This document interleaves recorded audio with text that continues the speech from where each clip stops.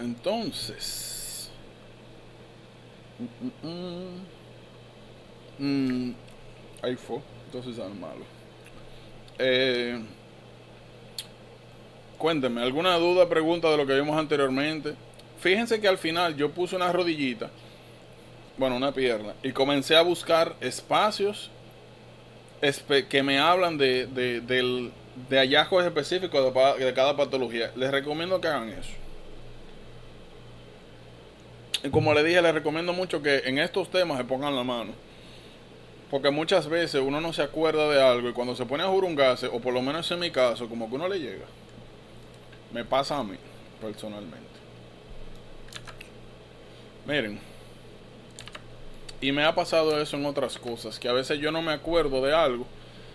Y si era algo que yo escribía o lo estudié escribiendo, lo que sea, si yo me pongo a escribir como que me acuerdo. Como que me sale, vamos a decir, el trazo inicial y después de ahí yo me voy. Miren, tienen que tener mucho cuidado con las fracturas en torus, que se la mencioné en estos días. Miren acá. Las fracturas en niños suelen ser un poquito diferentes a lo que uno regularmente espera en una fractura. Tenemos dos. La palo verde o green stick. Miren acá. Realmente la fractura sería así. Y este sería como una... Esto se llama wedge. Como una cuña. Miren así. Miren acá en torus. La de torus sí son bien incómodas. Porque literalmente, miren, lo único que ustedes ven es como un bulging lateral. Eso es, considérenlo como una especie de... Dios mío.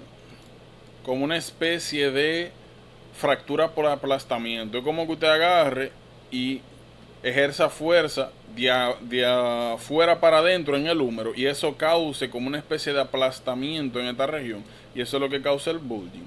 Las de green stick, ustedes saben, si ustedes tratan de... Déjame ver si aquí hago, ¿cómo se llama? Green stick. Bueno, vamos con green stick, a ver si aparece. Ay, Dios mío. No sé si esto vaya a funcionar. Ok, aquí todo el mundo ha agarrado un palito. Si te agarra un palo que está seco y te trata de romperlo, regularmente snapea rápido. Ahora, O si es como usted. una ramita, ¿Cómo? Miren como acá. una ramita. Miren acá. Exacto. Exacto, si te agarra un palo seco y te trata de romperlo, regularmente hace un snap rápido y se rompe completamente. Es poco flexible. Ahora, las ramas verdes o los palos que son verdes, que están, como dicen, jóvenes, si usted trata de doblarlos, regularmente lo que sucede es esto. Regularmente lo que sucede es esto que ustedes ven aquí. Y es sencillamente de que el lado que está recibiendo toda la fuerza se rompe, pero el lado interno que no recibe directamente la fuerza se queda íntegro. Eso es lo que nosotros vemos en este tipo de fracturas. Como ven, miren, aquí tenemos un lado íntegro y tenemos un lado roto. Lo mismo, eso se llama green stick fracture. Y la razón de eso es porque los huesos de los niños, como hemos hablado anteriormente, como están todavía en periodo de crecimiento, tienen todavía mucho componente que le falta osificación. O sea, tienen componentes semicartilaginosos todavía. Sencillo. Sencillito. Acondroplasia lo mencionamos en estos días. ¿Qué me interesa que sepan de acondroplasia? Hay algo muy importante. Yo le enseñé la imagen, le dije el factor que está mutado, hablamos de las características generales, qué tipo de osificación es la que está afectada. Miren, aquí hay algo bien importante y es lo siguiente. Miren algo interesante. A ver si está aquí. Miren acá. Miren eso. Es una enfermedad autosómica dominante que tiene penetrancia full. ¿Qué significa eso?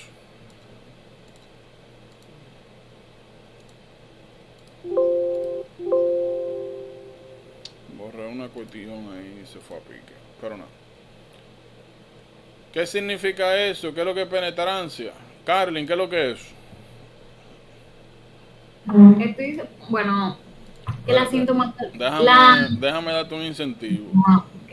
Espérate, dime ahora, ¿qué es lo Mm, que es? ¿Te refieres a que las características? Penetrancia, eso, ¿qué es lo que significa eso? Mm, Rafael, ¿qué es lo que es penetrancia? Grita, Fuego, dímelo.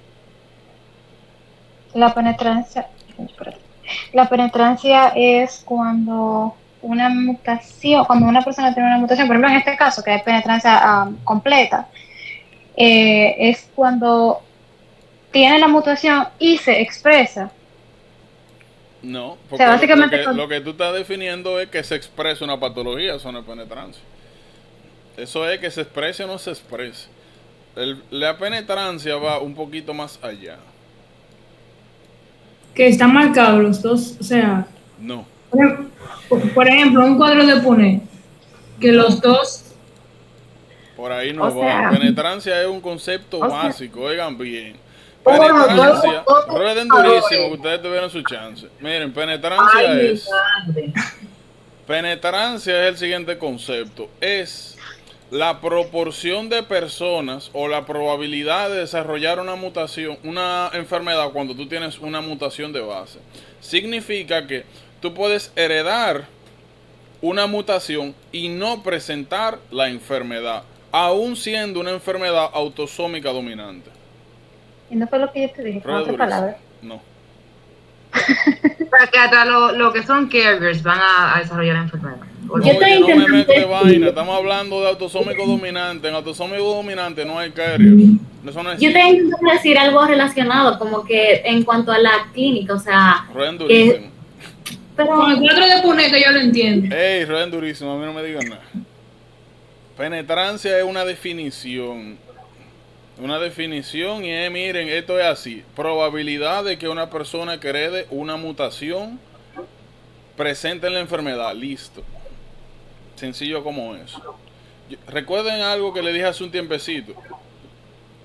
Los conceptos es importante manejarlo. Si usted no puede definir un concepto, aunque usted trate de explicarlo y no le salga la palabra, o lo entienda usted a su manera con otra cosa, no le va a servir acá. Aquí usted tiene que saberse las definiciones directas. Porque ustedes quizás no entienden mucho esto, porque yo a veces soy tan embromón con las definiciones, pero se van a dar cuenta cuando entren a Google. Y es que hay que ser, bueno, y me imagino que lo están viviendo con ambos, hay que ser extremadamente finos. Hay que saber muy bien de qué es lo que usted está hablando para poder responder bien. Porque una pequeña duda, ya usted la puso mala. Tú no vas a saber diferenciar entre esto y otro concepto. Por eso es nuevamente, y como yo estoy pila de aware de eso, es que yo estoy ajustando y me estoy poniendo bien exigente cuando hablamos de algo.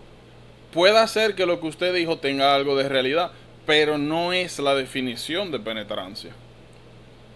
Entonces, la mitad de la verdad ya no es suficiente. Ahora, como le dije, miren, esto es esto y esto es esto. ¿Qué nos ayuda a explicar eso? ¿Por qué algunas personas que heredan patologías autosómicas dominantes no desarrollan la enfermedad? Y pueden transmitirla a sus hijos. Bien. Ahora recuerden, cuando hablamos de autosómico dominante, no podemos mencionar la palabra carrier. Eso es exclusivamente para personas que tienen patologías recesivas. Eso no se usa aquí. El concepto, y yo puedo entender que tú me digas, pero si este pana tiene una autosómica dominante, pero no presentó la enfermedad y se la pasa a un hijo, entonces él es un carrier. No. Lo correcto es decir, la patología que él tiene una penetrancia incompleta, porque carrier se aplica nuevamente a las recesivas. Ok. Eso mismo fue lo que yo quise decir, que todo el que heredó el gen va a estar enfermo.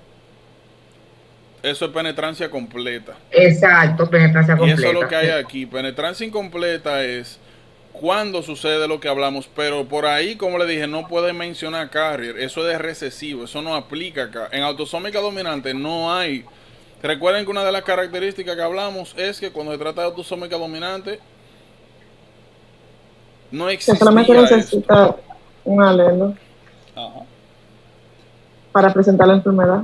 Entonces, ¿qué significa esto? Usted tiene acondroplasia y al que usted le pase eso, va a presentarla siempre. ¿Por qué? Porque esta mutación tiene la característica de que es penetrancia completa. O sea, el 100% de las personas que heredan la mutación, el 100% presenta la enfermedad. Entonces, eso es importante. Es la primera patología que vemos así. Segundo, si bien es cierto, esta es una patología autosómica dominante con penetrancia completa, entonces explíquenme esto. Imagínense que ustedes tienen este caso, tienen una mujer y un hombre, y ellos tienen un hijo, y ese hijo sale con acondroplasia, pero ni el papá ni la mamá tienen acondroplasia. Entonces, ¿qué pasó ahí? Puede ser que el papá tiene una edad muy avanzada y eso fue esporádico, una mutación esporádica. Ok, Yo entonces, creo que sería, ajá, bueno, dime. y en el caso de la mamá, si También, es un ejemplo, ajá, la mamá que tiene, o sea, tiene una edad ya muy avanzada. ok. ¿Qué es lo que escriben ahí? No. Acabamos de decir, Rafael, que esta es una enfermedad que tiene penetrancia completa. O sea, donde está la mutación está eso. Lo que sucede es que acondroplasia, por ejemplo, este pana, todos los hijos que tenga este pana tienen riesgo de, si heredan la mutación, también ser afectados. Oigan bien, si heredan la mutación. Ahora, lo que nos ayuda a nosotros a explicar por qué este individuo de acá salió con acondroplasia sin padres afectados es porque la causa más común de presentación de acondroplasia son mutaciones espontáneas. Y como mencionaron hace un momento, yo le doy la razón ahí a Yulesi y a Natalie. Tú puedes teorizar y decir, bueno, el que más frecuentemente está asociado con el pase de la mutación es el padre, sobre todo si tiene edad avanzada. Ahora, la madre puede pasarlo también. Sencillamente es más likely que el papá lo pase. Bien, fíjense cómo estoy hablando. Probabilidad. Si a mí me ponen quién le pasó la mutación y nada más me ponen esto, A, B, yo digo A, B. ¿Por qué? Bueno, porque el hombre, sobre todo, si tiene más edad, es más probable de que pase la mutación. Sencillo como eso. Ahora si me dicen, el padre tiene 20 años y la mamá tiene 20 años, entonces ahí estoy fuñido. Puede ser Entonces, literalmente cualquiera. Porque no se cumple el criterio. Bien. Entonces eso sería un gain of function mutation. Sería lo contrario. Lo contrario. Claro. Porque lo que aquí nosotros tenemos es un problema con el factor de crecimiento fibroblástico. Se quedan chiquitos. El problema es que el receptor de crecimiento fibroblástico no funciona en el fibroblasto. Okay. Entonces sería un loss of function. Y eso que tú me estás diciendo, loss of function o gain of function, no se asocia a este tipo de mutaciones. Aquí lo que está asociado es a la mutación de un receptor, de un factor de crecimiento. Loss of function y gain of function son conceptos que se utilizan para protooncogenes y genes supresores de tumores.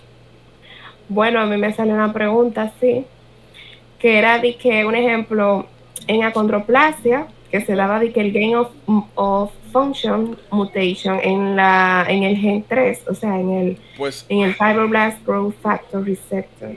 Manda la pregunta. Ok. Jordano, relación entre acondroplasia y warfarismo. ¿El qué? Acondroplasia y dwarfarismo. Bueno, es una causa. Dwarfarismo, tú lo puedes considerar dwarfismo, perdón. Eso mismo, dwarfismo, enanismo. O sea, el enanismo en general, tú puedes... El enanismo considérenlo como cuando hablamos de Cushing syndrome. Es sencillamente un espectro de enfermedades que se caracterizan por tener enanismo. O sea, son muchas enfermedades. Dentro de eso, dentro de todas esas enfermedades está acondroplasia. Okay. O sea, sencillamente lo que te dice eso es que es una persona chiquita, un pigmeo. Miren, ¿qué era lo que le iba a mencionar?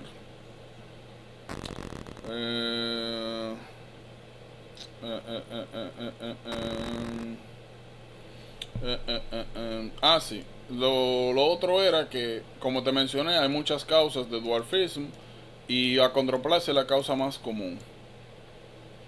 Otra cosa, acondroplasia, fíjense, aquí yo estuve, miren R, hablé de receptor.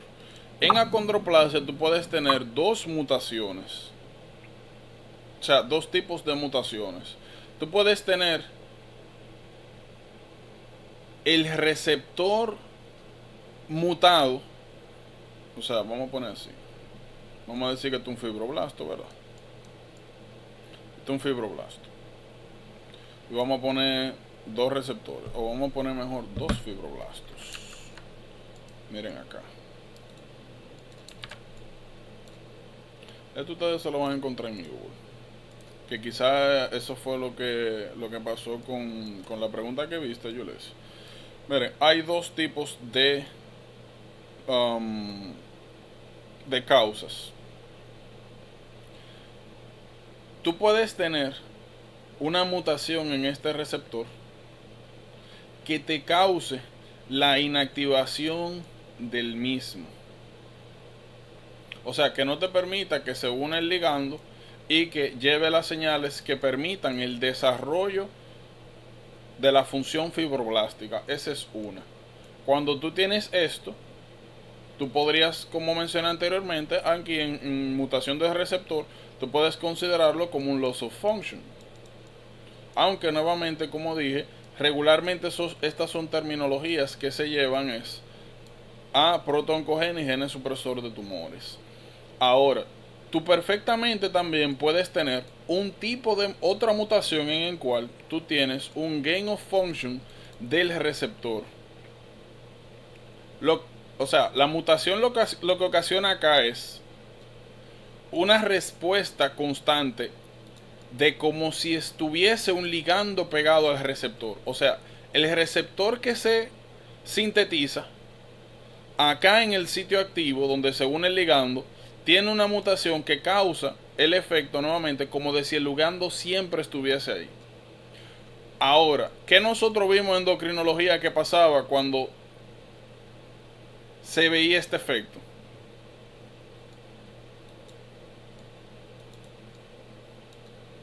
¿Qué nosotros vimos en...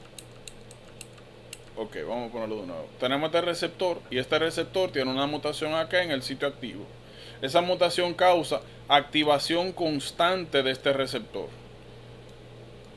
¿Qué nosotros vimos en endocrinología que pasaba posterior a eso? ¿Cuáles son las adaptaciones que ocurren? ¿Puede producir cáncer? Bueno, es un factor de crecimiento, tú podrías decir que sí, pero yo estoy hablando de regulación de algo normal. ¿Puedo? Ajá, sí, gritan. Bueno, lo que pasaría en ese caso, me dicen si no me escuchan bien porque el internet aquí está fatal. Se escucha. Pero en ese caso, como el receptor está siempre activo, quiere decir que entonces está, digamos,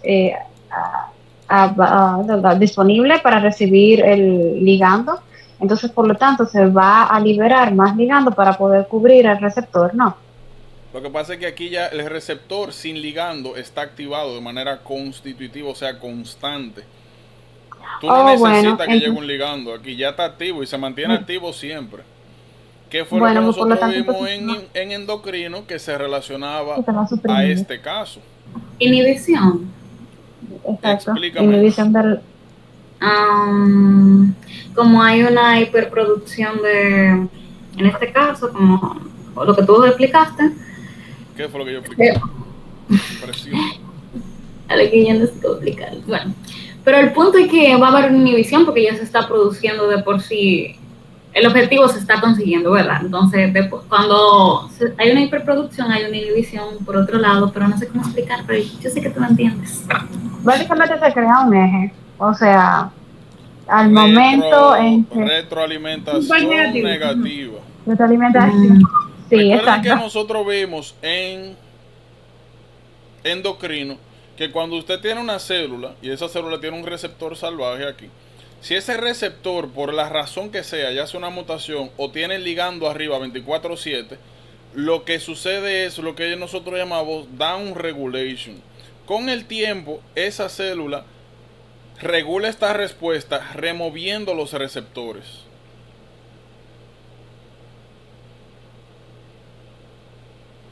Si la célula constantemente está recibiendo estimulación, quita los receptores. Ese efecto que ustedes están viendo ahí lo vamos a ver en muchas cosas. Lo vamos a ver, por ejemplo, en algo llamado retinopatía, Dios mío, rinitis medicamentosa. Y es eso, que usted se mete tanto fármaco para secar mucosa que al final causa inflamación secundaria al medicamento y ya ahí no es rinitis alérgica, sino por el medicamento. Entonces eso se llama down regulation. Entonces, otra causa, que quizás eso fue lo que te salió de acondroplasia, es que la mutación que ocurre acá causa una activación constante del receptor. Y cuando eso sucede, viene el proceso de regulación, down regulation, y tú inhibes o quitas el receptor. Y eso da igual a disminución de la función fibroblástica también. Quizá eso fue lo que te salió. Pero igual mándala al grupo por si acaso. Porque como le dije, usted puede tener una mutación donde el receptor no reconoce el ligando, o donde el ligando se une y no hay respuesta. O usted puede tener una mutación constitutiva, como mencioné, de, entre comillas, ¿verdad?, ganancia de función. Lo pueden llamar así en este caso. Y con el tiempo, la célula hace down regulation de los receptores por la activación constante del mismo. Esos son sencillamente sistemas de regulación neuroendocrinos. Y nosotros vamos a ver esto, como le dije, en múltiples instancias. Por ejemplo, adivinen qué. GnRH. ¿Qué le pasa a los niveles de testosterona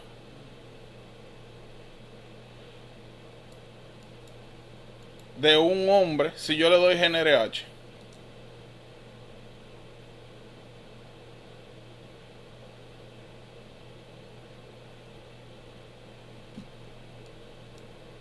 Hello. ¿Qué fue lo que vimos? ¿Qué es lo que hace la GnRH? Aumenta. Aumenta. ¿Qué hace la GnRH? Estimula la liberación de LH y Y FSH. De LH y FSH. En el hombre, la FSH, ¿cuál es la diana? ¿Cuál célula?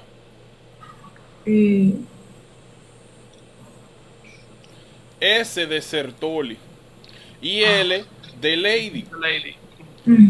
Las células de Lady producen testosterona. Entonces, administrar GnRH, análogos de GnRH, causa un aumento de testosterona, ¿verdad? Ok, un poquito más adelante nosotros vamos a hablar de cáncer de próstata. Y vamos a ver que en el cáncer de próstata, el cáncer es dependiente de testosterona.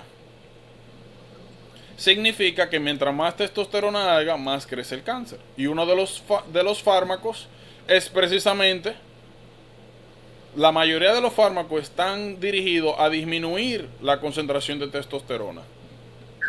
¿Tiene sentido eso? Eso es lo que le llaman castración química. O orquiectomía, le quitan los testículos para quitar la fuente principal de testosterona y que el tumor le dé para abajo. Quitarle la principal estimulación de crecimiento. Ahora, ¿qué pasa si yo le digo a ustedes que uno de los tratamientos del cáncer de próstata es dar análogo de GnRH? ¿Qué ustedes me van a decir? Pero eso está como raro, porque tú no acabas de decir que es un tumor dependiente de testosterona. Entonces, si tú le das más GnRH, va a haber más testosterona y eso te va a promover el crecimiento del cáncer y también de metástasis. Entonces, eso no tiene sentido, ¿verdad? Ah, bueno, cuando lleguemos a esa parte vamos a ver que cuando tú das análogos de GnRH de manera constante, no pulsátil, no di que un chin ahora, un chin ahorita, un chin ahorita. No, si tú lo das de manera constante, eso causa inhibición de todo lo que esté debajo de ella. Por down regulation. El feedback negativo ahí también. Lo que hablamos. Down regulation, sí. Lo que hablamos. Regulación. Entonces, ese mismo efecto es lo que pasa aquí. Esa es una también de las causas de acondroplasia. De hecho, creo que pensándolo bien ahora es la causa más común.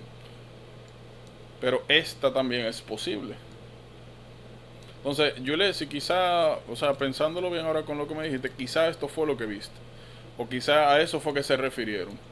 Ok, pero de todos modos, porque tengo que buscar la pregunta, Sí, fueron como búscala, 40. búscala. Entonces, yo mandé como que era una, porque lo dicen ambos también. Yo lo mandé en el grupo una foto. Déjame ver, estoy chequeando ahora el grupo. Pero míralo ahí. Continuous receptor mutation by fibroblast growth factor. Eso mismo. Da a inhibit condensate proliferation. Exacto, esto mismo. Tú activas constantemente esto, causa regulación a la baja, disminuye la estimulación de los receptores por estar pegado, activado constantemente, y eso eventualmente lo que causa es una disminución paradójica de la función fibroblástica. Eso mismo. Ok. Eso mismo fue. Ahora estoy viendo. Míralo ahí. No, lo que dice la probabilidad de causas de esporádico. Pero nuevamente, como le dije, ambas pueden ser causas de acondroplasia. Como le dije, ustedes lo van a ver en Google. Pues sí. ¿Tienen alguna pregunta de acondroplasia, de algo de esto? ¿Todo claro? Todo bien. Entonces, como le dije, Yo tengo una pregunta. Grita. La quifosis, ¿cómo es la curvatura convexa? Y no entendí eso. ¿A qué te refieres? O sea, ¿qué es lo que no entiendes? Ajá. Es que yo me confundo con ese término, lo de convexo y cóncavo. Míralo aquí. Bueno, pero ya es lo siguiente, mira. De hecho, en neuro vamos a hablar un poquito de eso. Mira por ejemplo acá. ¿Estás viendo? Ujú. Entonces, no, es abajo, no arriba. ¿Cómo? Yo pensaba que era arriba. No, o sea, te estoy diciendo, mira, nosotros tenemos en Spine, nosotros tenemos dos curvaturas. Tenemos la curvatura superior, la curvatura inferior. Entonces, lo que te estoy diciendo es que esta de aquí es la fisiológica y esta de acá es la patológica. Mira que tú estás viendo aquí. Esto que describe aquí es una C, convexo. Así que regularmente yo lo convexo cóncavo. De hecho, déjame ver algo. Porque nosotros tenemos algo. Míralo acá. No, esto no me gusta. Míralo aquí. Convexo como una pancita. Sí, mira. De la manera en la cual yo utilizo esto es en lo siguiente. Miren, el epidural hematoma, que lo vamos a ver ahora en neuro. Miren acá. Así es que yo me lo aprendí. Para que vean bien. Miren aquí. Nosotros vamos a hablar un poquito más, bueno, ahora en neuro, de cómo distinguir los diferentes tipos de sangrado intracraneales. Uno de ellos es este que está acá, que es el epidural. El epidural se caracteriza por tener una forma lenticular, en forma de lente. Yo como personalmente lo hago es eso. porque uno se confunde fácilmente con esto. Yo digo, mira, yo sé que las hemorragias epidurales tienen forma lenticular convexa, sencillo. Ya el otro que queda, que es para adentro, o sea, en vez de para afuera, para adentro, cóncavo, sencillo como eso. Pero yo utilizo mucho esto, por eso mismo, porque ahí cualquiera se va. Entonces lo que mencionaba ahorita es, mira por ejemplo aquí, tuve que una C, yo utilizo eso regularmente. Una pregunta, Jordan. Grita. ¿El enanismo es el único, vamos a decir, como presentación fenotípica, se puede decir, de la acondroplasia? O sea, Hasta donde yo sé, sí, las características generales de acondroplasia es tamaño bajo, lo que le llaman frontal bossing. Miren acá, esto, hay control. Esto, lo que le llaman frontal bossing, tamaño bajo, los focomelia, o sea que los brazos son un poco más pequeños, los limbs también son pequeños, y regularmente ustedes pueden encontrar que el tórax tiende a tener un tamaño relativamente normal. Esas son las características más prominentes de acondroplasia. Más clásica. Yo no creo que acondroplasia vaya a ser un diagnóstico que a usted le vaya a dar mucho problema. No creo que vaya a ser. Miren, de osteoporosis. Nosotros hemos hablado de PTH, de las diferentes causas que pueden ocasionar trastorno en estas áreas. En estos días hablamos de estrógenos y del efecto que tienen sobre la resorción ósea. Hablamos de la osteoprotegerina. Ya nosotros hemos hablado de todo eso. Yo creo que les mencioné cuando vimos síndrome de Cushing, también vimos que el uso prolongado de esteroides puede ocasionar osteoporosis. También un poquito más adelante nosotros vamos a hablar de fenitoína. Y vamos a ver que la fenitoína tiene la capacidad de intervenir en el metabolismo del vitamin D. Ya nosotros sabemos que el vitamin D es esencial para el aumento de la absorción de calcio, para depositarse posteriormente en los huesos. Nosotros también hablamos de mieloma múltiple, de la interleuquina 6, del efecto que tenían sobre la resorción ósea. Un poquito más adelante nosotros vamos a hablar de anorexia y de algo que se llama hipogonadismo hipotalámico funcional. ¿Qué le pasa a las personas desnutridas? Sobre todo que tienen mucho tiempo sin consumir proteínas. Sobre todo. Miren, es importante que se aprendan este número. Oigan bien. Cada vez que usted, por otra cosa, regularmente a mujeres que tienen más de 65 años, oigan bien, o mujeres menores de 65 años que tuvieron menopausia prematura, se comienza a hacer DEXA. Siempre que ustedes vean menos de 2.5, ya ustedes saben que lo que viene es vitamin D, o sea, suplementar con vitamin D, calcio y bisfosfonatos. Sencillamente eso. Eso es bien importante. Tienen que saber que las fracturas, sobre todo vertebrales y de pelvis, sobre todo las de pelvis, tienden a aumentar la morbimortalidad a largo plazo de los envejecientes. Otra cosa, cada vez que usted vea que le trajeron a un elderly que se cayó sobre sus pies, como dicen, o sea, que literalmente fue de que se estaba parando de sentado y se cayó y tiene de que la pelvis en 4 pedazos. O sea, como que el mecanismo de fuerza no se relacione con el tipo de fractura que usted está viendo. Piensa en osteoporosis. Eso es bien importante. Y en estos días yo le mencioné en osteoporosis, ¿verdad? Todos los, sobre todo con medicamentos, las mujeres, como le dije, que tienen menopausia prematura, las anoréxicas, que tienen embromado el eje, no producen estrógeno de manera adecuada. Mujeres que tienen alteración con la producción de estrógeno, síndrome de ovario poliquístico, las mujeres con cáncer de mama que están tomando estrogen, lo que le llaman fármacos moduladores de receptores de estrógenos, todo eso. Juliano, ¿eso es lo mismo que la terapia de sustitución hormonal de la menopausia? No, porque el nombre te lo dice, Hormone Replacement Therapy. Eso es tú agarrar una mujer, por ejemplo, que tiene, eso se usa en mujeres de edad relativamente avanzada, se da en dos ocasiones. Una, cuando tiene menopausia prematura, tú comienzas a darle estrógenos para evitar la osteoporosis temprana.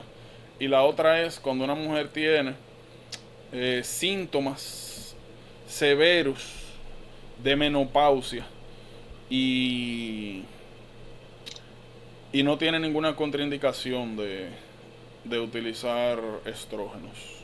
Eso es Hormone Replacement Therapy. Lo que yo mencioné fueron los moduladores de los receptores de estrógenos, que son la gran mayoría, lo podemos resumirlo en dos, que son los anticáncer de mama, estrogen receptor positivo, tamoxifen y raloxifen. Bien. Sí, yo cuando lo vi, cuando leí en el, ¿cómo se dice? En el glosario, yo pensé, quizás se refiera, pero no seguí indagando. Miren, osteopetrosis, bien interesante. Me gustan más las imágenes del hueso. Osteopetrosis. Me gustan más las imágenes de hueso. ¿Dónde está osteopetrosis?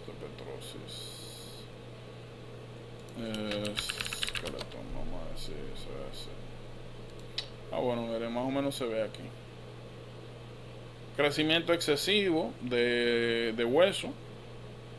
Interesantemente, ese hueso, ¿verdad? Como va a estar hipercalcificado y creciendo de manera exagerada, se va a ver hiperlucente en radiografía.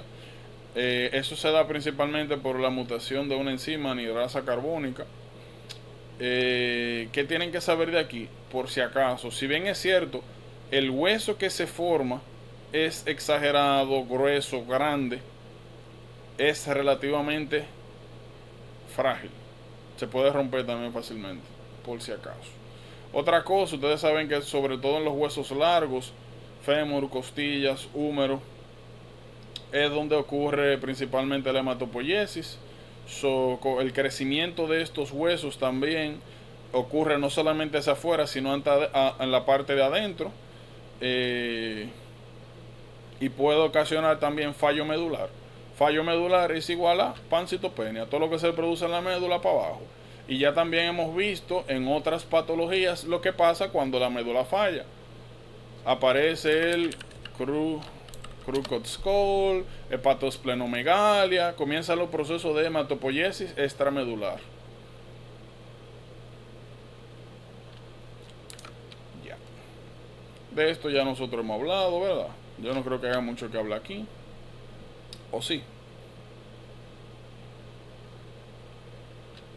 No creo. Yo no creo tampoco. Osteitis deformans, una patología bien chula. Miren, enfermedad de Payet, nosotros vamos a ver dos. Vamos a ver esta de bone y la otra es de breast. Por si acaso, Payet disease of the bone es la que vamos a hablar ahora, y Payet disease of the breast. Payet disease of breast. Eso es calcificación, ¿no? Cáncer. Ok. Cáncer. Y lo más interesante de ese cáncer es que se tiende a confundir inicialmente con eczema. Parece como una especie de rash, como dermatitis, pero es cáncer. Sí, tiene ese aspecto, sí. Cáncer. Entonces son patologías totalmente diferentes y nada que ver. ¿Qué tienen que saber de osteitis deformans? Para mí, como les comenté hace un momento, es una patología sumamente interesante. Tiene sus fases, pero lo clásico es lo siguiente. Déjame ver si veo Payet Disease of Bone Representation. Ustedes van a ver dos características que son bien interesantes. Una es, ustedes van a tener un señor que les va a decir dos cosas, dos hallazgos, es lo que principalmente le van a dar el giveaway. El primero va a ser que le va a decir que, por ejemplo, que le gustan mucho los hats, los sombreros, y que últimamente él se ha dado cuenta de que la cabeza le está creciendo, que no le están sirviendo los sombreros viejos. A nadie le crece el caco. Cada vez que ustedes vean eso en una persona adulta, si es un niño, usted piensa de una vez la hidrocefalia, se va por ahí. Pero si es una persona adulta, piense de una vez en Payet Disease of the Bone. Payet Disease of the Bone. Eso es bien característico. Vamos a ver si aquí está. Bueno, esta es la misma imagen que ustedes tienen aquí. Miren lo que está pasando con el diploide del skull. Se pone grueso el cráneo.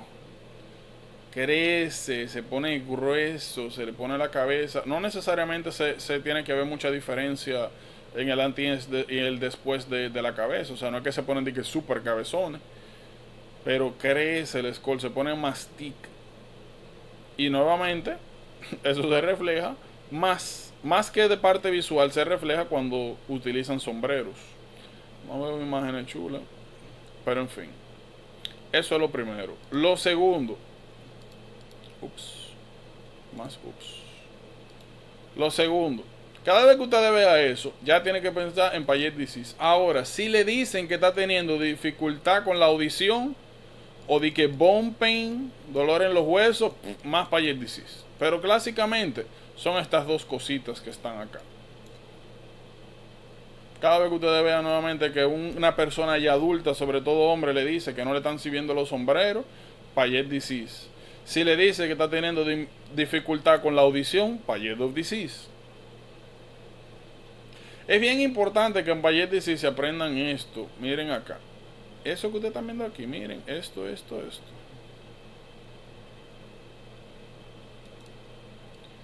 Yo creo que de todas las preguntas que yo vi en general de Payet, lo más común que preguntaban eran esto, que cómo ustedes van a encontrar el hueso. Y esto es importante por lo siguiente. Osteoporosis. Aquí está la descripción de osteoporosis.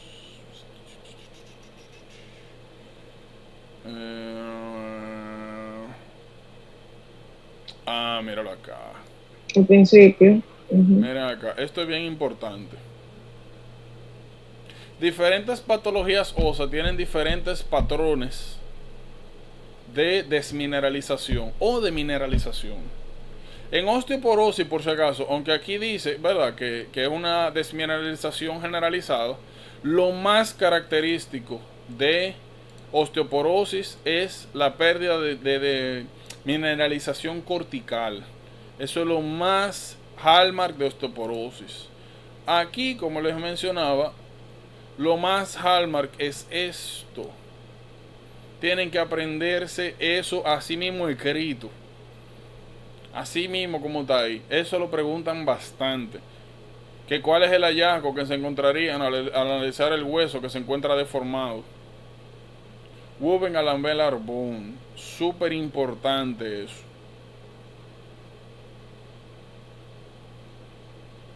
El patrón de laboratorio es sumamente importante.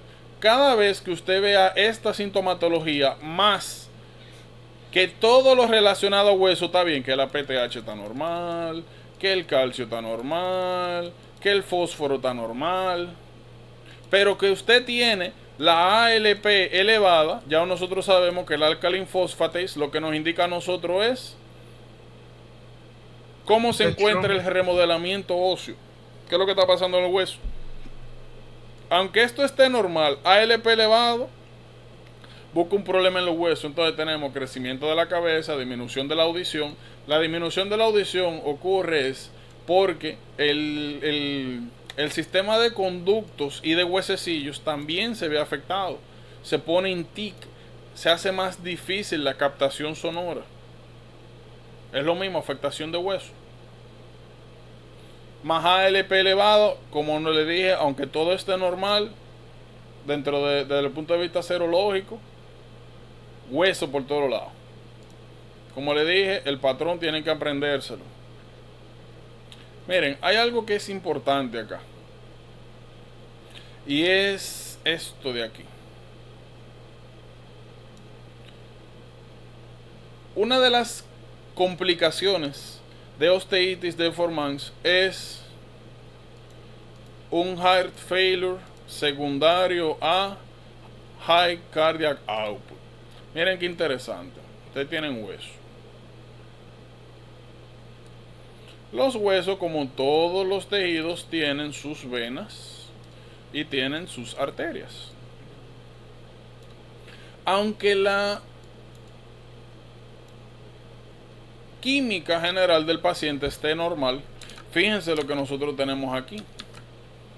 Nosotros tenemos diferentes fases, pero para su bienestar emocional es importante que conozcan las fases, pero lo más importante que sepan es que en las fases iniciales, sobre todo cuando comienzan a presentarse sintomatología y comienza a verse la elevación de la ALP, es principalmente por la función osteoclástica. El hueso crece es porque, como hemos hablado anteriormente, hay una especie de armonía entre la cantidad de hueso que se pone y la cantidad de hueso que se quita constantemente. Ya hablamos de eso. En osteitis deformans, acá en Payet, lo que se pierde es esa armonía. Primero se comienza a destruir muchos huesos. Posteriormente, los osteoblastos tratan de compensar y eventualmente la balanza cambia. Disminuye la función osteoclástica y aumenta la osteoblástica. Y posteriormente, sobre todo de aquí, de la parte mix hacia adelante, lo que vemos es esto. Un aumento en la deposición total de hueso. ¿Por qué eso es importante? ¿Por qué lo menciono? En las primeras fases lo que nosotros hacemos es destruir mucho hueso. Y ya nosotros sabemos que aunque yo no lo tenga representado aquí, el hueso tiene una parte externa, la parte cortical, y una parte trabecular. La parte trabecular también es hueso. ¿Qué sucede? Los osteoclastos en las primeras fases líticas comienzan literalmente a comerse todo el hueso. La parte cortical, la parte medular, la parte trabecular. ¿Qué sucede? Si los osteoclastos en su proceso de resorción dañan una arteria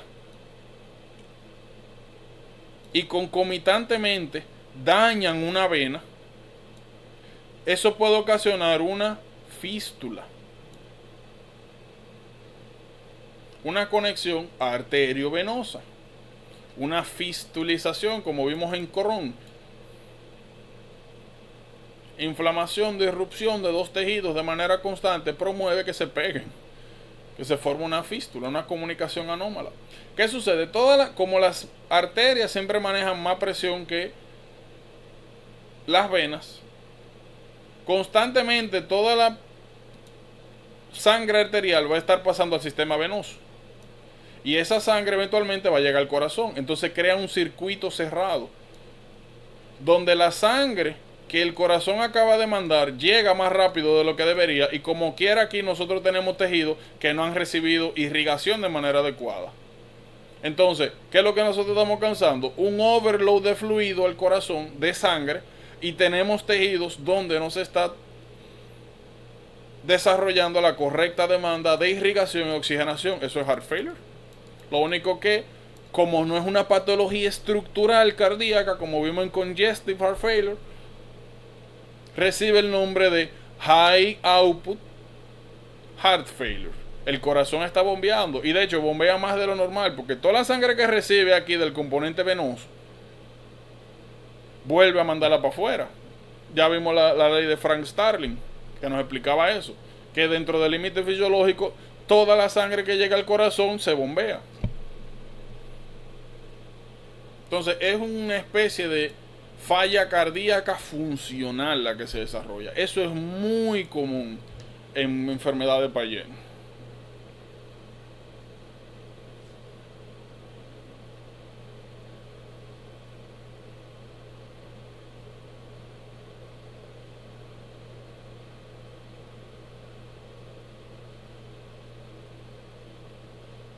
¿Estamos claros? Sí. Lo otro que es importante que tengan en cuenta acá, miren acá, aumenta el riesgo de osteosarcoma. Ya hemos visto dos condiciones que aumentan el riesgo de osteosarcoma. ¿Quién se acuerda de la primera? Ojito, la misma en bioquímica. Segundo ojo, es por una mutación, loss of function.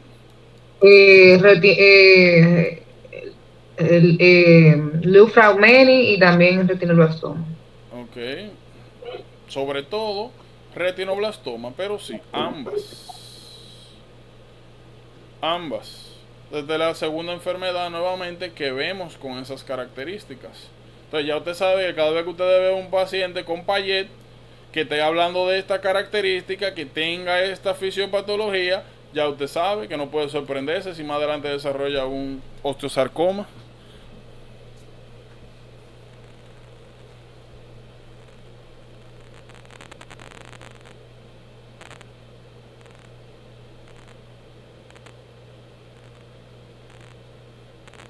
Tratamiento, bien sencillo, bisfosfonatos. Cada vez que ustedes tengan Payet disease of the bone, como les mencionaba, o le van a preguntar el diagnóstico, o le van a preguntar cuál es el patrón al cual está cambiando el hueso, o le van a preguntar riesgo de qué tiene el paciente, o le van a preguntar por el tratamiento. Sencillo como eso. Una enfermedad que a mí me parece muy chula, sobre todo los casos, como le mencioné. O sea, me parecen muy interesantes los casos, como los presentan. Miren acá, avascular necrosis. Ya nosotros vimos Leg Calvé Perthes, hablamos de las consideraciones, que inicialmente en X-ray puede ser que no se vea nada, que en esos casos podríamos considerar hacer una resonancia, pero que regularmente los cambios se ven posterior. Ya nosotros hablamos de que en los niños el dolor pélvico regularmente se refiere en el ni, no sé por qué. En adultos ya sí sabemos que vamos a tener dolor acá. Cada vez que ustedes vean a un adulto que sin tener fiebre, sin tener absolutamente nada, está feliz de la vida, de un momento a otro comienza a tener dolor en la pelvis, que no puede cargar su propio peso, que se le hace difícil caminar de ese lado, puede considerar esto, sobre todo si tiene estos factores de riesgo, que posiblemente sea lo más importante de aquí. Factores de riesgo. Gaucher. Yo creo que la más importante de acá son las siguientes: Sickle Cell Disease, por las crisis vasoclusivas, esteroides y alcohol. Y digo que esas son las más importantes porque regularmente son como las que a uno se le caen, como que se le va la guagua.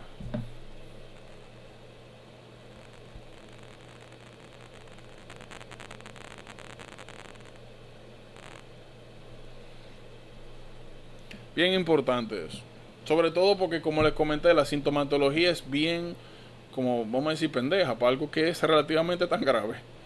Otra cosa, cada vez que ustedes vean esa sintomatología que mencioné, de que necesita un limp para caminar, que está teniendo dolor en esa área, que fue de manera súbita, tenga o no tenga estos factores de riesgo, si eso aparece con fiebre, busque infección articular, una artritis séptica, por si acaso. Fíjense que en todo momento le dije no fiebre, no fiebre, no fiebre. Si aparece eso con fiebre, como le dije, busque su asunto por acá. Ya nosotros hablamos de las consideraciones de por qué aquí hablamos lo comparamos con el escafoide, de por qué esta región, la cabeza acetabular, está en riesgo de infarto. Y ya. Esto es bien cáncer. Aquí yo no creo que más nada. No les recomiendo que se aprendan estos cuadros así. Esto es para repasar por si acaso. No se aprendan esos cuadros así. Si ustedes quieren lo pueden poner como tipo flashcard y está bien, pero trate de, como yo le he dicho, aprendérselo por fisiopatología. Para mí eso es lo mejor, porque usted lo aprende así, no tiene que volverse loco después de eso. Ay, Dios mío, los cánceres de aquí. Miren, cánceres. Los cánceres de hueso son bien particulares y bien interesantes, si ustedes me preguntan, por la siguiente razón. Regularmente atrás, usted lo que va a tener es características bien... Ah, no, pero ya. Yo no me acordaba de esta imagen, ya. Ya, no tengo nada que decir. De hecho, nosotros no tenemos nada que hablar aquí. Usted agarre esa imagen que usted está viendo ahí y ya, te resuelve su vida. Ya, la ubicación es importante, la descripción es importante. Ya. De aquí usted no necesita más nada. Claro, como siempre, aprenderse las mutaciones, los factores asociados. Y quizás algunas cositas. Por ejemplo, osteoide osteoma tiene la característica bien interesante que es una lesión cortical y que regularmente el dolor que ocasiona cede a aspirina NSAIDs. Después de todo eso, para adelante. Todo está ahí. Lo más que quizá le podría decir es esto. Cada vez que ustedes vean que le enseñen algún hueso, sobre todo radio, fémur, y ustedes vean que en la epífisis lo que ven es este signo, el que le llaman baño de burbuja, el soap bubbles, osteoclastoma. Ya, o Giant Cell Tumors. No tienen que complicarse mucho. Después de eso, nuevamente, todo está ahí. Ya ustedes saben cómo abordar los diferentes cánceres. Yo no creo que tengamos que hablar. Yo pensaba que esta imagen no estaba aquí. Por eso era que me iba a poner a garabatear. Pero ya, eso es lo importante. La ubicación. Y ya, fuera de eso, como les he comentado anteriormente, saberse las asociaciones. Saberse las asociaciones. Las mutaciones. Y las edades. Sencillo como eso. Y esto, miren lo que le dije del osteoma, es bien característico. Cada vez que ustedes vean que alguien tiene dolor de que en un hueso salvaje localizado y que tiene signos de algún tipo de masa y de que mejora con over the counter analgesics, piensen en osteoma. Si no mejora con eso, busque cualquier otra cosa, pero no busque eso. Sencillo como eso. Aquí sí tenemos, aquí sí hay donde hablar. Miren, dos patologías totalmente diferentes, pero que son versus. Y son totalmente diferentes, ustedes saben lo que en todo. Que yo al principio me confundía mucho y ahora mismo yo lo que me cuestiono es, ven aquí, ¿cómo es que esto es versus? O sea, esto no tiene nada que ver. Pero son versus. Miren, osteoartritis, reumatoide arthritis. Reumatoide arthritis es un problema autoinmune. A ver qué vemos aquí. Mírenlo acá, es un problema autoinmunitario.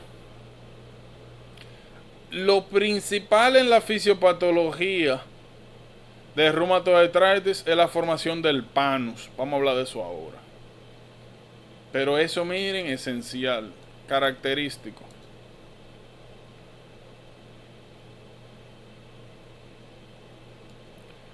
Entonces, reumatoide arthritis, nuevamente, es una enfermedad autoinmune. Osteoartritis es una enfermedad que se describe como wear and tear. ¿Qué significa eso? Es sencillamente una patología de desgaste. Todito vamos para allá. Unos más que otros. Regularmente es una patología que tiende a aparecer a los 40 y pico de años. Y el factor de riesgo más importante es trauma.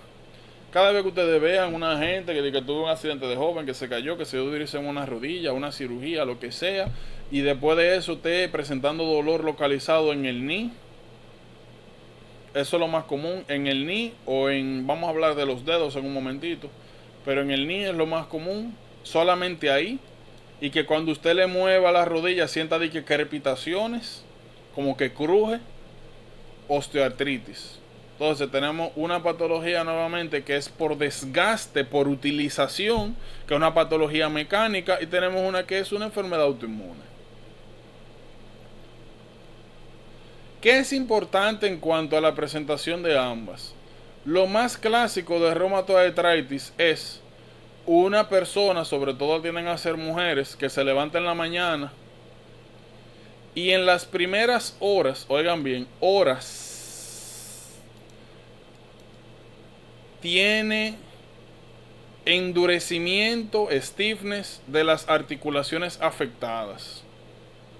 ¿Qué tienen que saber de eso? Este stiffness nuevamente dura horas y tiene una característica que es simétrica. Eso significa que si te duele la rodilla derecha en la mañana, te pasa lo mismo con la izquierda.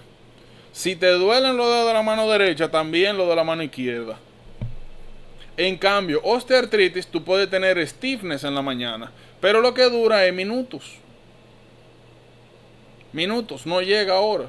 Lo otro, la distribución es asimétrica, porque hablamos de que esto es la causa es mecánica. Como la causa que es autoinmune, donde sea que se desarrolle un problema, si el sistema inmune está atacando a la rodilla derecha, va a ir para la izquierda también, porque están hechas de lo mismo. Como osteoartritis mecánica, es dependiendo de dónde haya ocurrido el mayor estrés o trauma.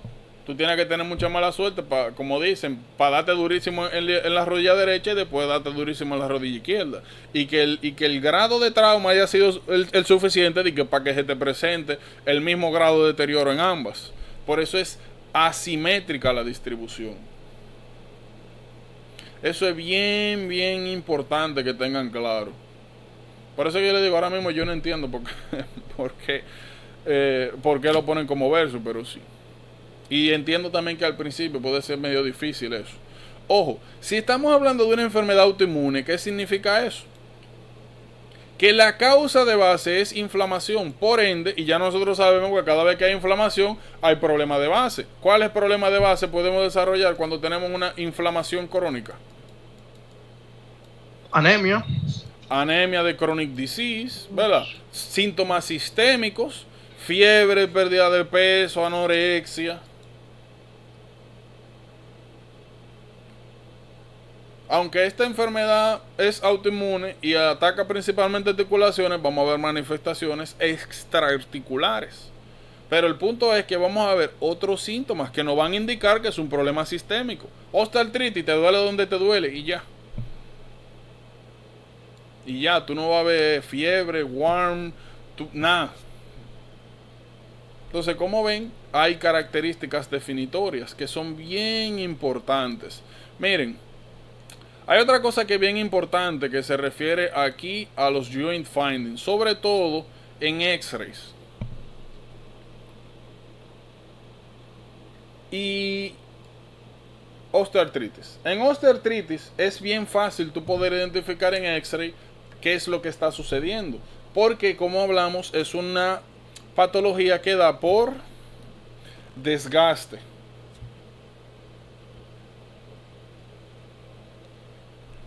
Desgaste, trauma. Y ya nosotros sabemos que regularmente donde hay desgaste, donde hay trauma, lo que sobreviene es calcificación. Otra cosa, si nosotros estamos generando trauma en esta área, no es raro que, por ejemplo, un pedacito de cartílago se pierda o un pedazo de hueso. Entonces, las tres características definitorias de osteoartritis en X-ray son las que ustedes están viendo aquí. De hecho, déjame buscar una que se vea más claro. Osteoartritis X-ray. Ok. Esta se ve un poquito bien, pero puede ser mejor.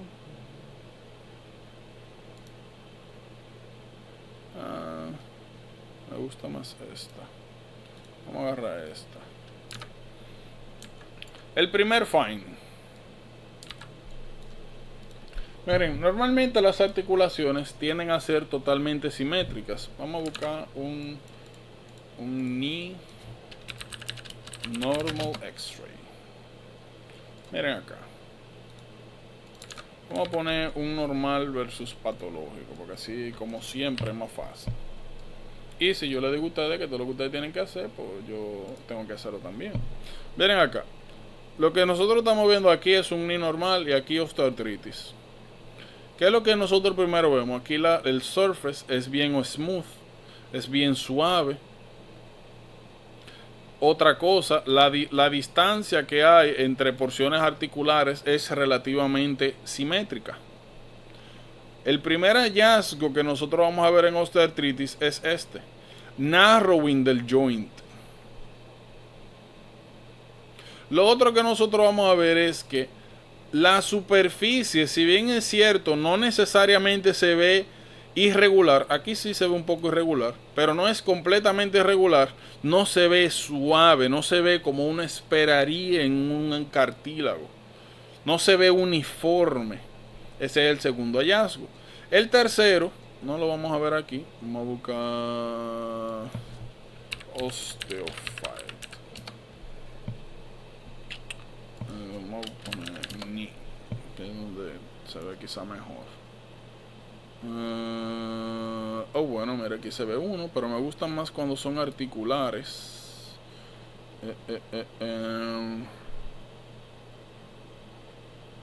Bueno, mira, este se ve un poquito mejor. Vamos a agarrar este. Bueno, ya vimos ahí, ¿verdad? El narrowing articular. Lo segundo que nosotros podemos encontrar es esto: formación de osteofitos. A veces estos osteofitos se rompen aquí y se liberan acá. Y se ven así, como literalmente como pedacitos de hueso. Otra cosa. Miren que aquí nosotros podemos, como hay una transición suave entre cartílago y hueso. Miren lo que ocurre acá con el cartílago. Ustedes están viendo que el cartílago se ve como lo que, miren, todo esto debería ser cartílago, ¿verdad? Suave, no calcificado. Miren aquí que es lo que ustedes están viendo, una línea blanca, como si estuviese más calcificado que el mismo hueso. Eso se llama subcondral esclerosis, esclerosis subcondral. Ese es el tercer hallazgo. Cada vez que ustedes vean osteofitos, subcondral esclerosis y el joint narrowing, osteoartritis. Eso es bien específico en hallazgos radiológicos. Aquí en rheumatoid arthritis sí podemos encontrar hallazgos, pero realmente no son tan característicos como sí sucede en osteoartritis. Ya ustedes saben que cuando alguien le llegue con un dolor raro, una cosa, si usted está sospechando de osteoartritis, lo primero es que va a ser un paciente alrededor de los 40 años, que puede ser de ambos sexos, va a tener posiblemente la historia de algún tipo de trauma, o es obeso, obesidad, más estrés mecánico, y ya sabemos que osteoartritis es una patología mecánica por uso, por desgaste. Si le tiran una radiografía porque no ven signos de inflamación sistémica, si usted ve que no le dice que tiene fiebre, que nada, que le duele ahí ya, sobre todo cuando se mueve, que cuando reposa se quita el dolor, claro, porque es el cartílago embromado que está aquí. Si usted no se mueve, no le va a doler. Aquí duele, usted se mueva, no se mueva, le va a doler como quiera, porque es un problema inflamatorio. Entonces, si aparte de eso le enseñan una radiografía, usted está sospechando de osteoartritis, usted viene y busca sus hallazgos. Sencillo como eso. De esto le voy a hablar en un momentito, porque estos dos son diferenciales de ¿cómo se llama? De artritis séptica, donde esto sí comienza a ser importante.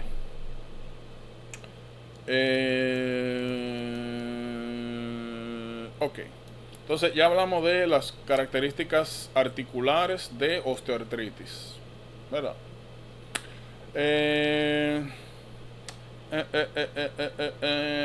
Vamos a hablar de rheumatoid arthritis. Mira, rheumatoid arthritis es bien interesante. Rheumatoid arthritis se desarrolla porque aquí viene el sistema inmune y comienza a atacar este cartílago. ¿Qué sucede? Inicialmente comienzan a llegar, ustedes saben, células del sistema inmunológico. Entonces, este líquido sinovial, que es el que le da nutrición, aparte de servir como lubricante, sirve como nutrición a todos estos tejidos. Ya ustedes saben que los cartílagos son avasculares. ¿Qué sucede? Si ahora nosotros llenamos este asunto aquí de células, esas células consumen oxígeno. Por ende, se va a desarrollar aquí aparte de la destrucción, porque para lo que vienen estas células del sistema inmune es a destruir el cartílago, va a haber destrucción cartilaginosa, pero va a haber consumo excesivo también de oxígeno. O sea, se va a desarrollar una especie de hipoxemia dentro aquí del tejido del área articular. Y este tejido articular que está siendo atacado también necesita oxígeno, sobre todo si arriba de eso trata de repararse, aumentan las demandas. Y ya nosotros sabemos que los tejidos que sufren hipoxia liberan factores angiogénicos. El factor de hipoxia tipo 1, por ejemplo, lo liberan. ¿Qué hace el factor de hipoxia? Promueve la formación de vasos sanguíneos. Eso es lo que ustedes ven acá. El panus es una formación anómala extraarticular de vasos sanguíneos que tiene como intención aumentar la irrigación indirecta de este líquido sinovial para aumentar las concentraciones de oxígeno. Por eso le mencionaba anteriormente, el panus es extremadamente importante en reumatoid arthritis, porque es lo que nos dice a nosotros, oye, aquí hay un regor de células destruyendo todo y consumiendo oxígeno. Panus es súper importante acá.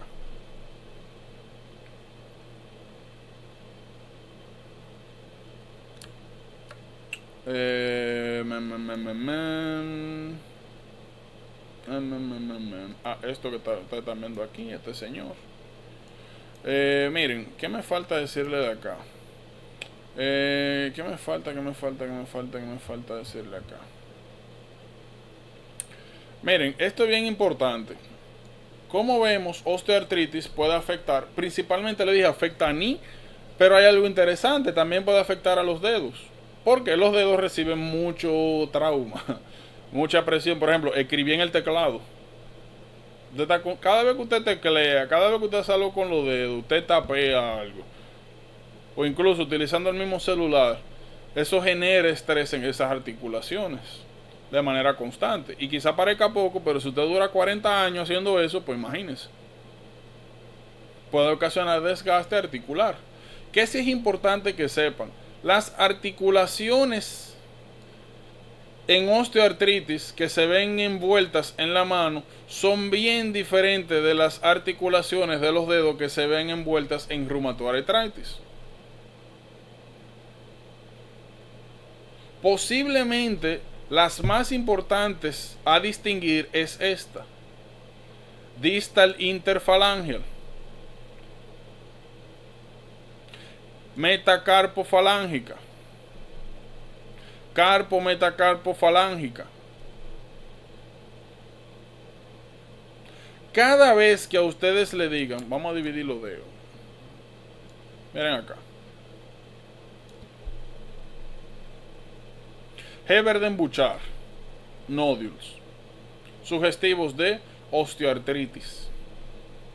¿Qué es lo que nosotros estamos viendo aquí? Clásicamente, osteoartritis se desarrolla en las porciones, en las articulaciones distales. Eso es bien clásico. Estas son las proximal interphalangeals. Esas sí se desarrollan en ambas relativamente. Pero las distales, eso es bien sugestivo de osteoartritis. ¿Qué sucede? Déjame buscar, hay una imagen, ponemos una imagen, rheumatoid arthritis fingers. Creo que podemos encontrar algo mejor. Miren acá. Las que principalmente se afectan en reumatoide arthritis son las metacarpofalángicas.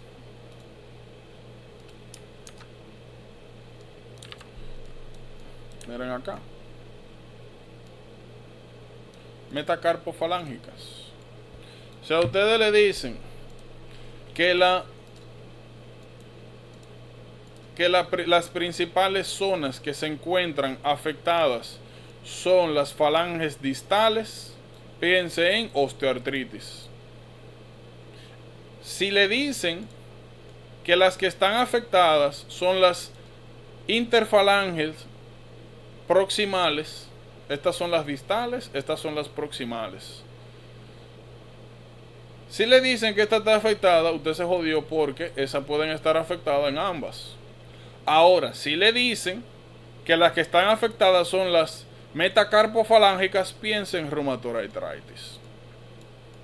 Ahora, si a ustedes le presentan y le dicen que las que están afectadas son solamente las, por lo menos en esa etapa, las proximal interfalangeal, entonces, ¿cómo usted distingue entre osteoartritis y reumatoide arthritis? Ya hemos hablado. ¿Tiene las proximal interfalangeal, las PIP afectadas? Bueno, ¿cómo sabemos si una y otra? Sencillo. ¿Es de una sola mano? Osteoartritis. Una mano, osteoartritis. ¿Son ambas manos? Reumatoide arthritis. ¿Hay síntomas sistémicos? Reumatoide arthritis. ¿Hay fiebre? Pérdida de peso, anorexia, hay anemia. No vamos por aquí, por la fisiopatología. En la historia acá, osteoartritis, se le dicen de que no, que el tigre o el señor, o por ejemplo aquí también por si acaso, female, que son con las más afectadas. Aquí osteoartritis le dicen no, que mira, que era un señor, una señora, que ellos eran typer. Ustedes saben que en las cortes, todo lo que se habla, hay alguien que lo va escribiendo, que era typer. Tú dices, ah, bueno, le ha dado candela esos dedos. O que es alguien que trabaja en Haití con computadores. O alguien que está relacionado con eso. Que te tiran por ahí como, mire, este tigre usa mucho los dedos. Trauma. Tienen que pensar en eso. Otra que es bien afectada, por si acaso, para que no se nos pase, por osteoartritis, es esta. La primera metacarpofalángica. ¿Ustedes recuerdan otra patología donde primordialmente era afectada esa articulación?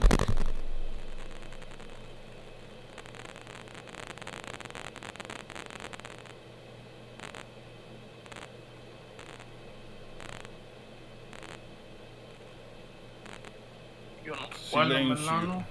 Yo en verdad no recuerdo. Creo que sí. Hay uno. Guyon Canal Syndrome.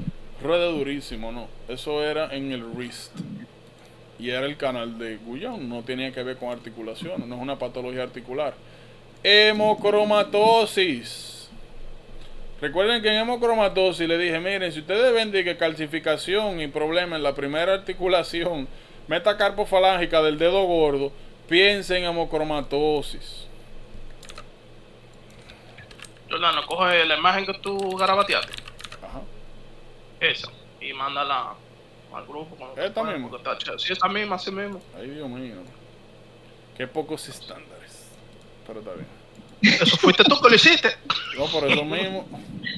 Esos son altos estándares. No, porque lo que pasa es que está chévere. Está todo claro ahí. ¿Qué era lo que yo iba a hacer con mi vida? Buscar WhatsApp. ¿Yo te lo puedo mandar ahorita? Está bien, bueno. Voy a mandarlo ahora, porque si dejamos eso ahí se va a perder durísimo. Copiarlo en un pen aparte ya. Ah, eso podría ser una opción mientras tanto. Aunque si ustedes van a entender eso, miren yo, pero está bien. Cualquier cosa ustedes me preguntan mejor. O hablen con Rafael, denle un par de pesos ahí bacano. Vamos a pasarle la mano para que la reediten. Claro. Pongan al muchacho a producir ahí.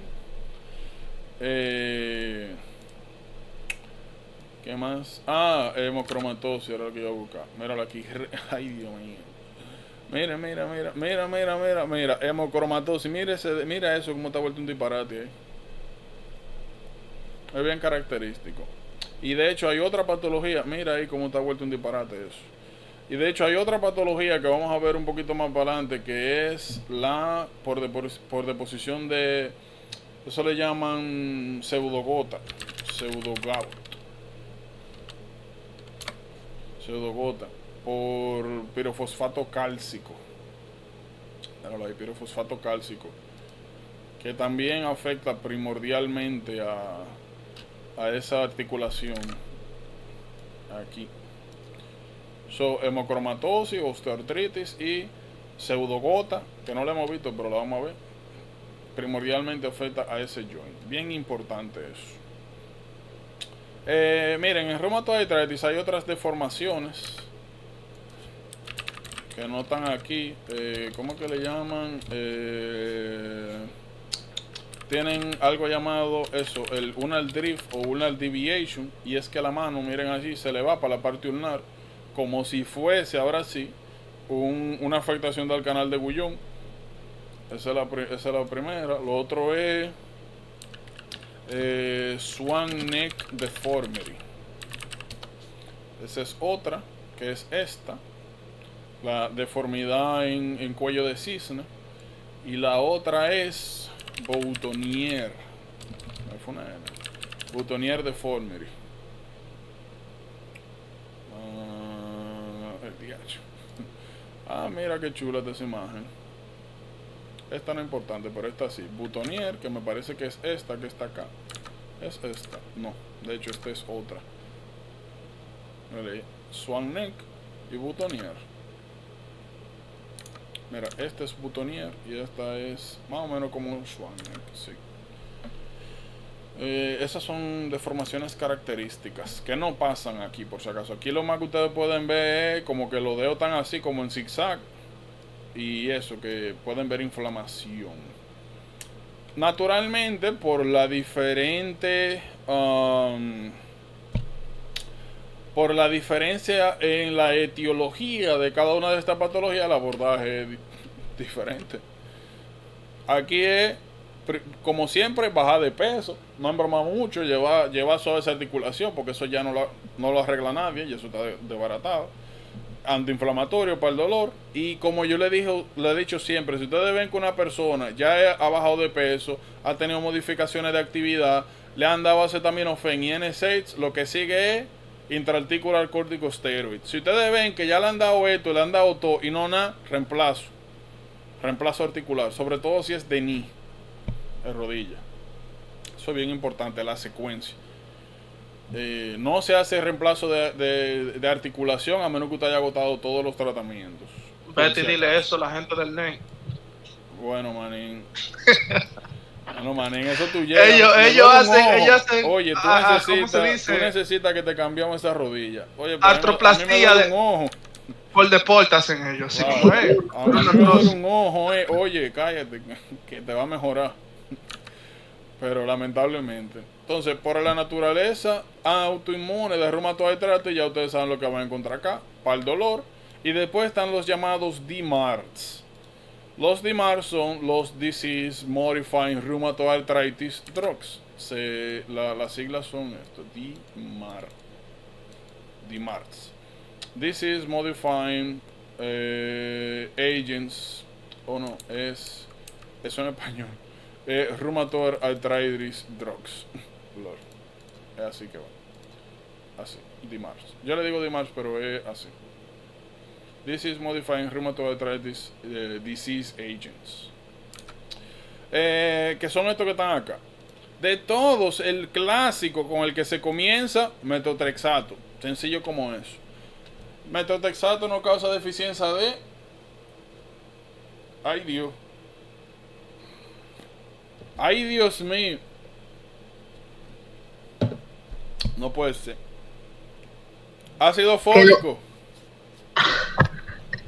Ay, Dios mío. ¿Qué es lo que está pasando aquí? Ay, no, mentira. Recuerden lo que de hecho creo que habíamos visto un caso de un paciente que lo único que decían era, mire, él tiene reumatoid arthritis, tiene una anemia ahí. Que lo hablamos, le dije, miren, cada vez que ustedes vean eso de que un paciente que tiene reumatoid arthritis le da una anemia megaloblástica, deficiencia B9, ácido fólico, porque el metotrexato compite con él. Sencillo. Oh, sí, miren, esto lo mencioné ahorita. Extrarticular manifestation. Con esto tienen que tener un cuidado de su madre. No solamente con rheumatoid arthritis, sino con todas las enfermedades que tienen un background autoinmune. Por ejemplo, esto, escleritis, que de hecho lo más importante o más claro sería episcleritis. Miren eso, episcleritis. Hay otros que desarrollan anterior uveitis. ¿Qué patología de la que hemos visto hasta ahora desarrollan anterior uveitis?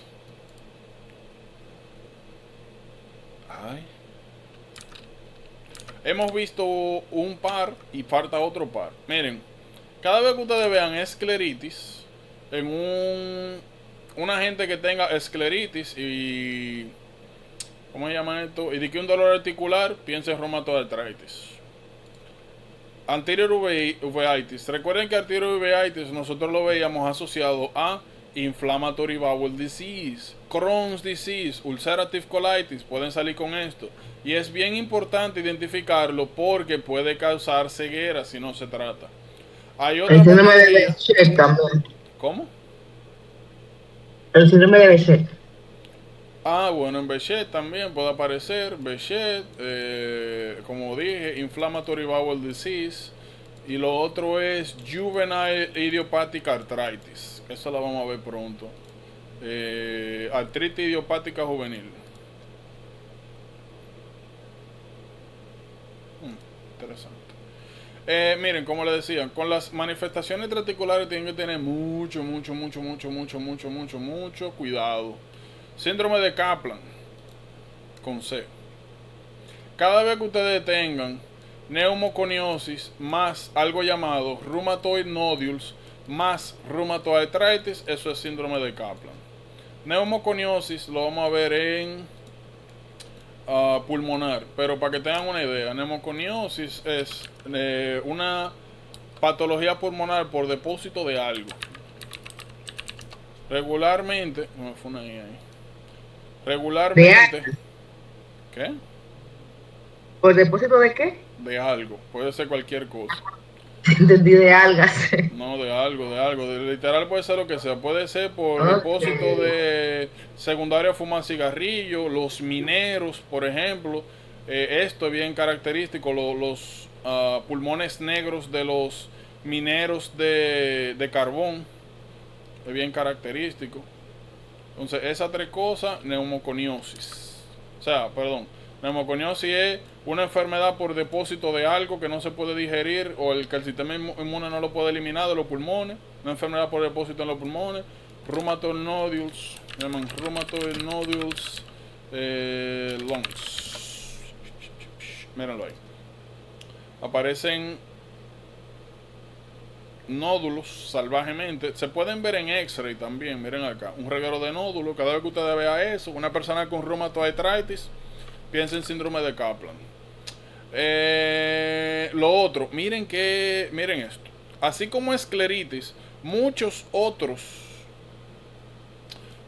otros tejidos también pueden desarrollar inflamación. ¿Por qué le menciono esto? Pericarditis es bien importante. Cada vez que ustedes vean una gente de que con una enfermedad autoinmune de base, o ustedes sospechen reumatoid arthritis y comience a tener dolor en el pecho, que cambia con respiración, que tiene, ¿cómo se llama? ¿Cuál es el hallazgo clínico del examen físico Hallmark de pericarditis? ¿Alguien se acuerda? Regurgitación yugular. No, eso no es de pericarditis, eso es de taponamiento cardíaco. Y podría pasar en pericarditis, podría pasar si la inflamación es de que es súper aguda y se desarrolla mucho líquido, pero no es característico.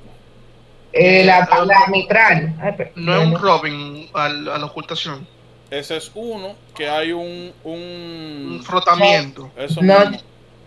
Eso mismo, que se oye como una especie de sonido tipo velcro cada vez que el corazón late, que hace que las dos valvas pericárdicas rocen Y hay otra cosa. Que el dolor pericárdico mejora cuando el paciente se pone hacia adelante, cuando hace lean forward. Pericarditis. Eso es bien importante. Como que los carajitos se ponen en trípode, ¿no? Como... No, ese que tú estás diciendo es en Haemophilus. Ya. Haemophilus influenzae, tripod position, que es esta. Realmente esta es más característica. Están ahogando. Ajá, exacto. Ajá, que tienen un barking sound, la cabeza hiperextendida y formación de trípode. Lo que yo estoy diciendo es lean forward, heart auscultation. Pero también hay una Es que esto. Miren esto. Que el paciente, si el dolor mejora cuando él como que se pone hacia adelante. Hacia adelante. Lean forward. Eso, se tira para adelante. Ahí mejora el dolor. Eso es bien característico de pericarditis. O mejor vamos a poner lean forward thorax. Ah, no, está bien, no va a complicar. Entonces eso, para que no se sorprendan. Chronic disease anemia, ya ustedes saben. Miren, esto de aquí es bien importante. Síndrome de Felty. Cada vez que ustedes vean un paciente con reumatoartritis o de sospecha de reumatoartritis y salvajemente usted venga de que tenga los neutrófilos bajos y esplenomegaly, oigan bien, esplenomegaly, no hepatomegaly, síndrome de Felty, clásico. Miren acá amiloidosis y miren acá síndrome del túnel carpiano. En reumatoartritis se puede desarrollar amiloidosis. Y si esos depósitos de amiloides se depositan en el túnel del carpo, se desarrolla síndrome del túnel carpiano. Sencillamente eso.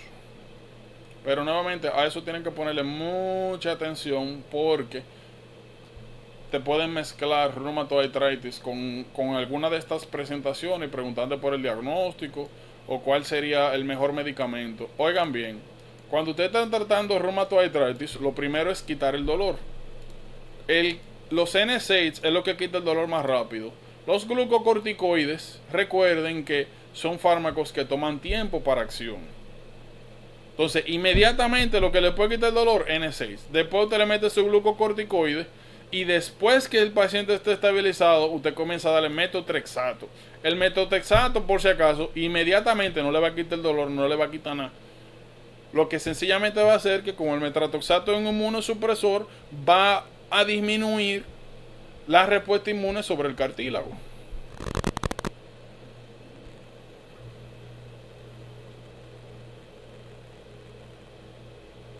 Bien.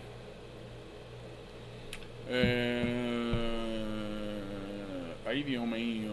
Ah, miren aquí. Pseudogota. Estos dos son diferenciales, pero eso es mejor hablarlo ahí. Miren. Ustedes también, a mí me encanta esto.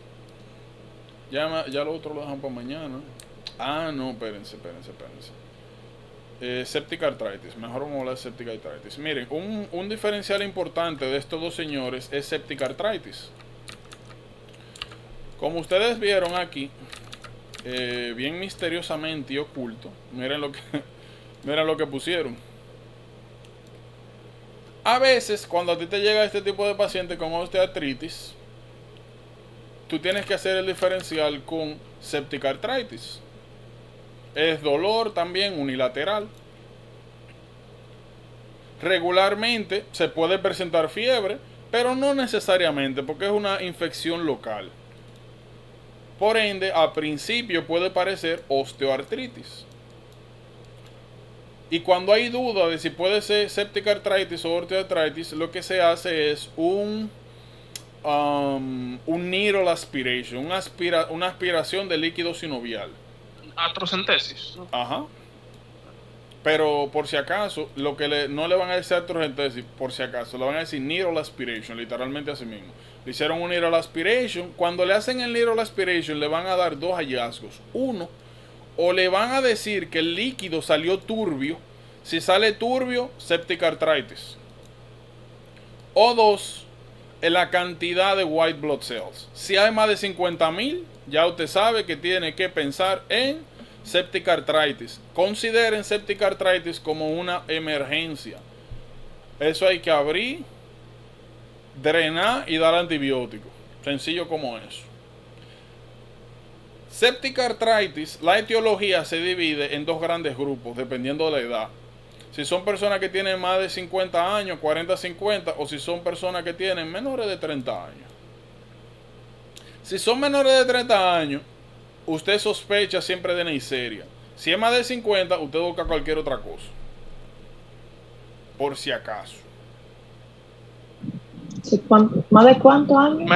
¿Repites eso? Míralo ahí, más de 50 piensan en otra cosa. Menos de 30 piensan en Neisseria. Sobre todo si aparecen petequia o aparece, nosotros vamos a hablar de estas triadas. ¿Cómo es que le llaman a eso? Como un síndrome de Reiter-like. Vamos a hablar de eso en un momentito. Pero lo que más me interesa es el diferencial con septic arthritis ahora mismo. Que es, como le dije, un importante diferencial de osteoartritis. Porque como hablamos regularmente, aparece en un solo ni.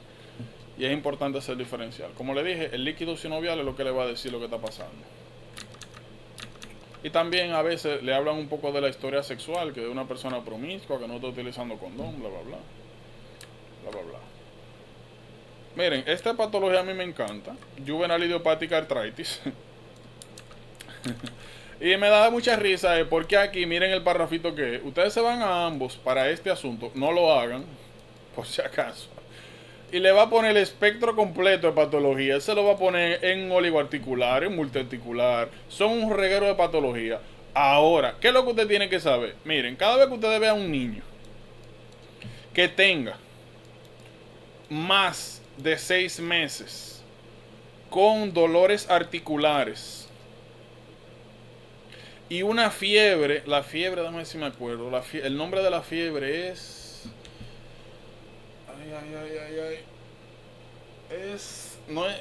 Dios mío, ¿cómo se llama cuando algo es como cotidiano?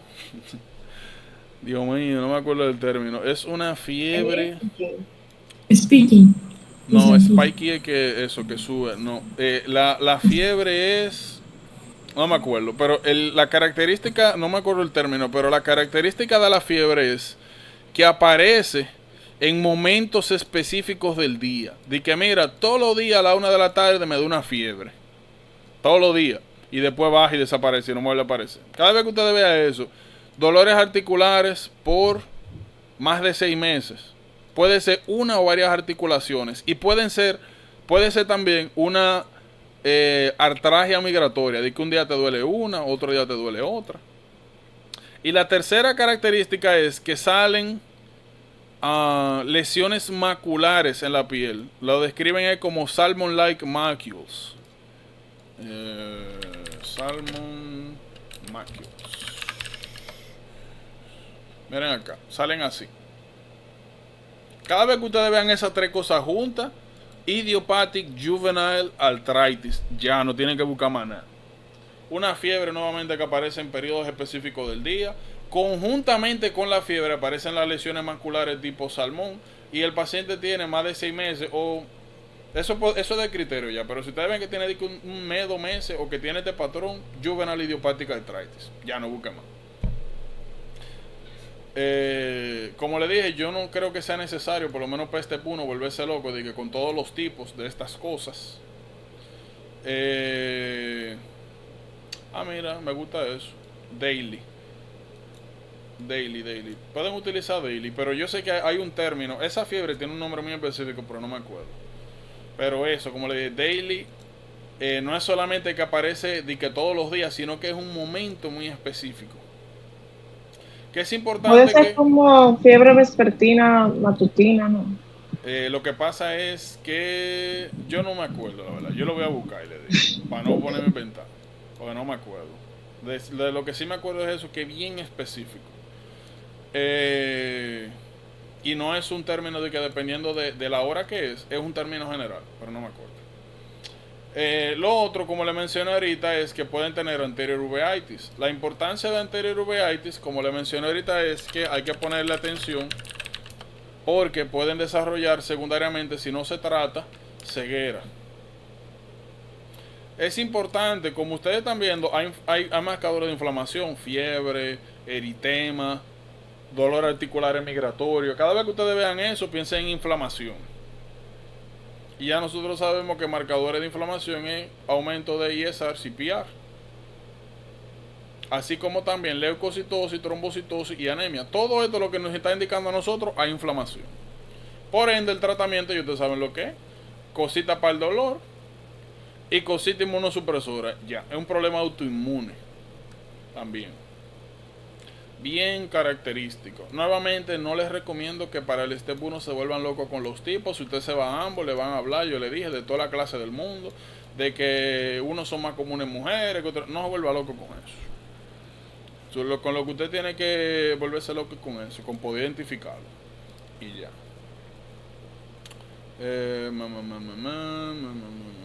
Ay, Dios mío. Qué cáncer. Pero nada. Pero es bonito, es bonito. A mí me gustan mucho estos temas porque uno puede eso, como hacer muchos versus. Por ejemplo, mañana vamos a ver gout versus pseudo gout. Esto le llaman pseudo gota también. Luego vamos a ver esto, las espondiloarteropatías seronegativas, que también vamos a hacer bien unos buenos... Ay, Dios mío. Vamos a hacer unos buenos diferenciales. Eso es todo por hoy. ¿Tienen alguna pregunta o duda?